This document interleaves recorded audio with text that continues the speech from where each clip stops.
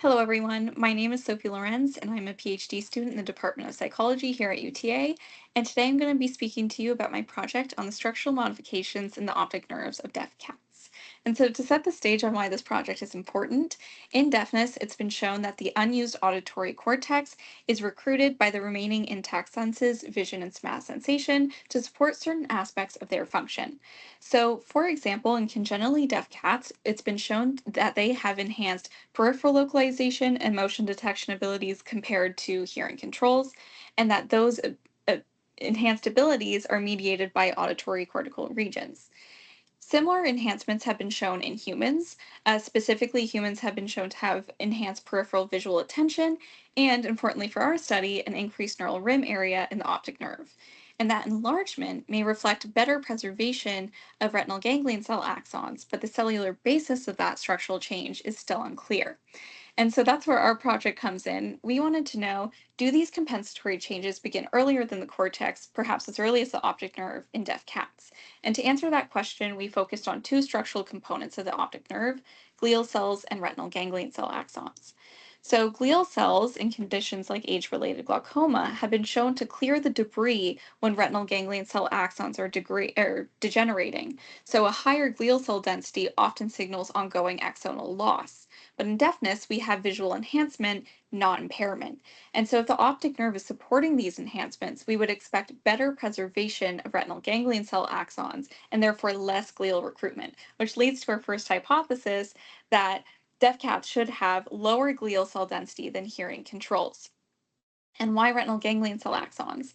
And so we wanted to see if there are more large caliber retinal ganglion cell axons in the deaf optic nerves. And to do that, we used SMI32 immunohistochemistry to label non-phosphorylated neurofilament heavy chain, which is a marker enriched in large caliber retinal ganglion cell axons.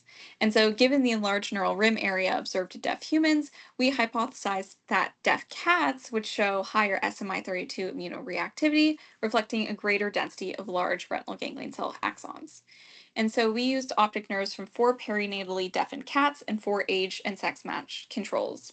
And we used the Nissl staining to quantify glial cell density and SMI32 immunohistochemistry to quantify large retinal ganglion cell axons. And though data collection is not yet complete, and we're holding off on statistical analyses until it is, we are looking at the directional patterns of the results in the data we have collected.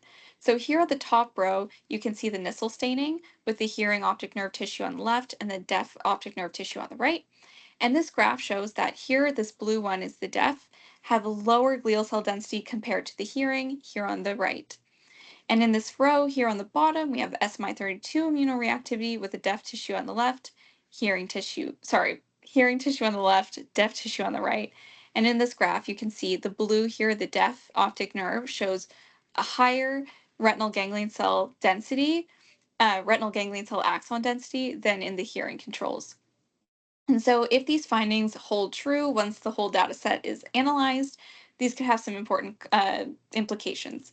First, being that crossmoplasticity may begin earlier than previously thought. And so, most research on cortical reorganization, on crossmodal reorganization, is focused in the cortex.